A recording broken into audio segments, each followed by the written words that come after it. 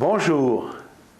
Aujourd'hui, nous allons parler d'un événement genevois et en relation avec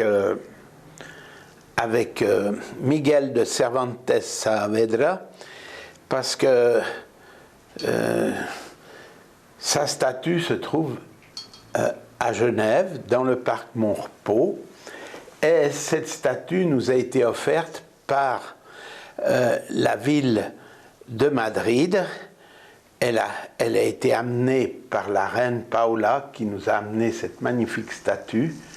Donc, je vais vous montrer un peu le détail ici. Vous voyez, ici vous avez le socle, je suis à côté, et voilà la statue de Cervantes. Cervantes, on nous a offert cette belle statue de Cervantes pour service rendu à l'Espagne. Vous allez voir la chose en détail. Donc, on nous a offert cette statue qui se trouve au parc Montrepot. Vous voyez, là, on voit un peu mieux le détail. Et, si vous voulez, on a mis aussi ici, pour vous montrer, la ville d'Alcalá, proche de Madrid, où vivait Cervantes. Et Cervantes, naturellement, une grande statue là-bas à Alcalá. Et on trouve aussi sa maison. Voilà la maison où il a écrit le Don Quichotte. C'est la maison de Cervantes qui sert aujourd'hui de musée. Et devant, vous voyez, pour que les touristes puissent faire une petite photo, il y a deux statues en bronze, une de Sancho Panza, une de Don Quichotte. Les gens peuvent s'asseoir là, faire la photo. Il y a la petite maison derrière, etc. Tout très joli.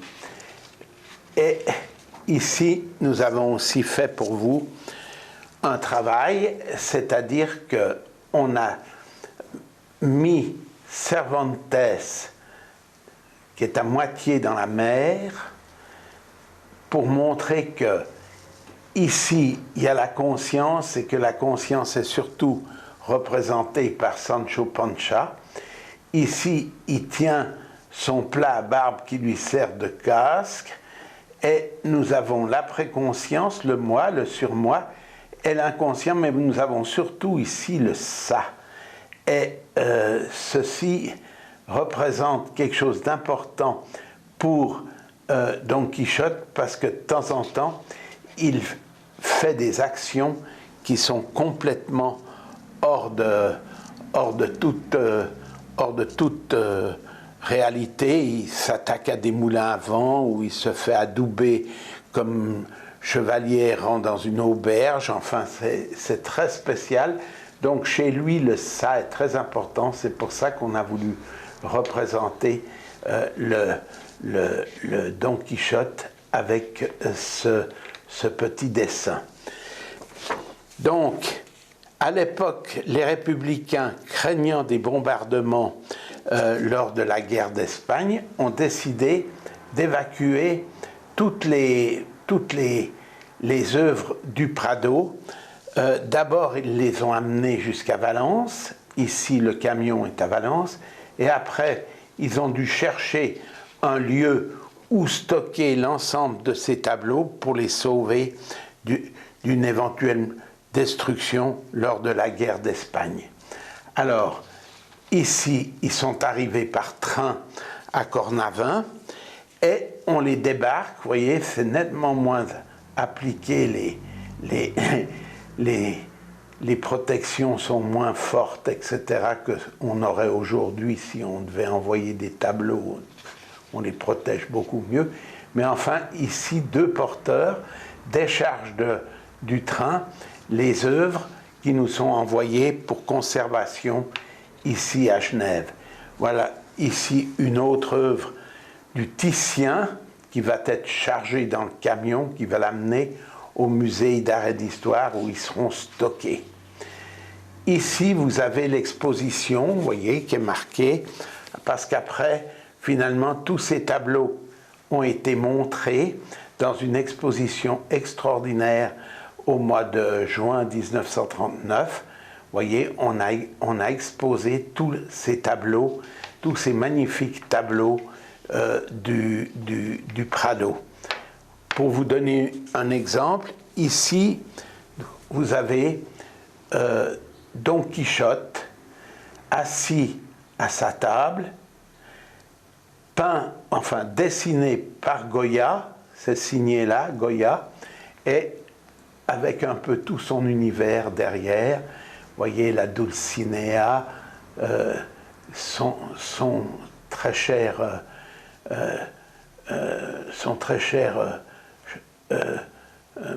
écuyer Sancho Panza, le curé, aussi le barbier, puisqu'il va lui prendre son plat à barbe pour se le mettre sur la tête. Enfin, il est là, il est représenté, c'est un dessin de Goya magnifique.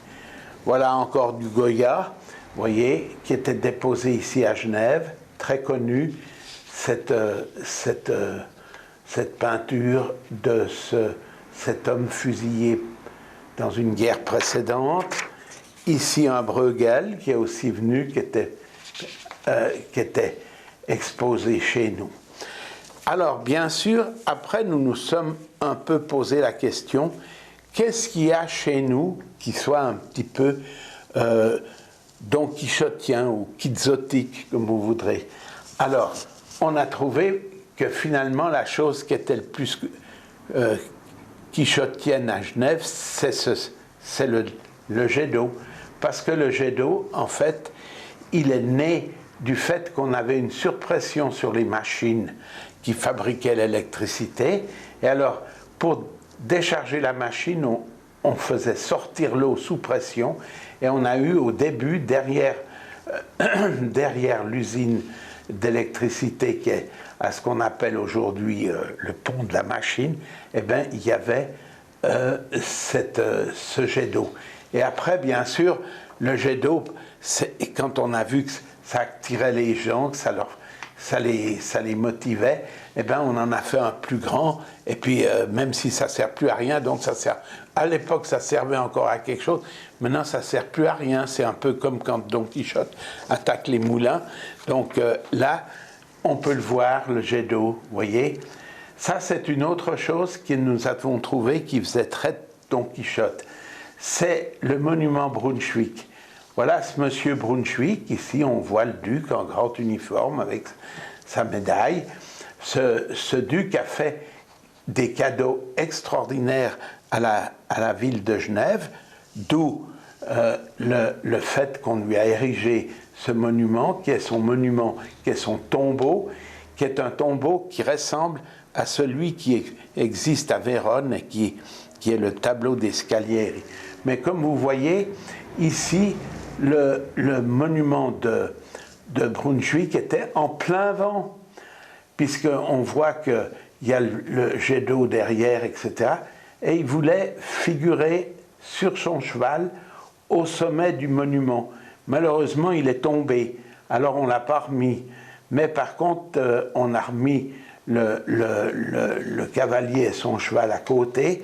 Mais ce qui est surtout extraordinaire, et qui fait finalement très Don Quichotte, c'est les choses qui sont sculptées et qui entourent le monument, comme par exemple cette chimère, ici, cette autre chimère, là, et comme vous voyez, les lions qui nous ramènent aussi, voilà ce magnifique lion qui est à l'entrée du monument et qui voit passer des milliers de voitures tous les jours devant lui.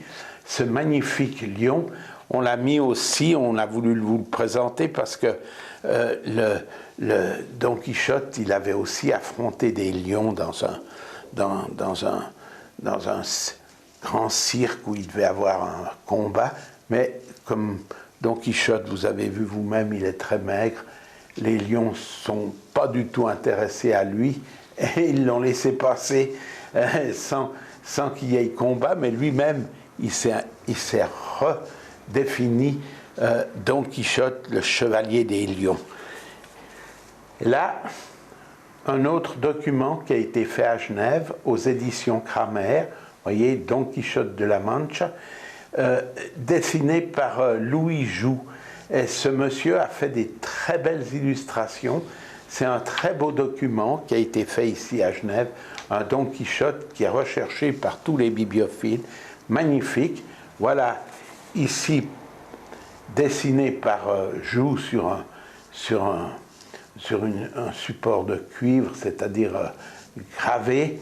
Vous voyez cette gravure magnifique du Don Quichotte et du Sancho Panza, Rosinante et le petit âne de Sancho Panza. Ici, vous avez l'adoubement par l'aubergiste dans l'auberge. Vous voyez, il est adoubé chevalier errant.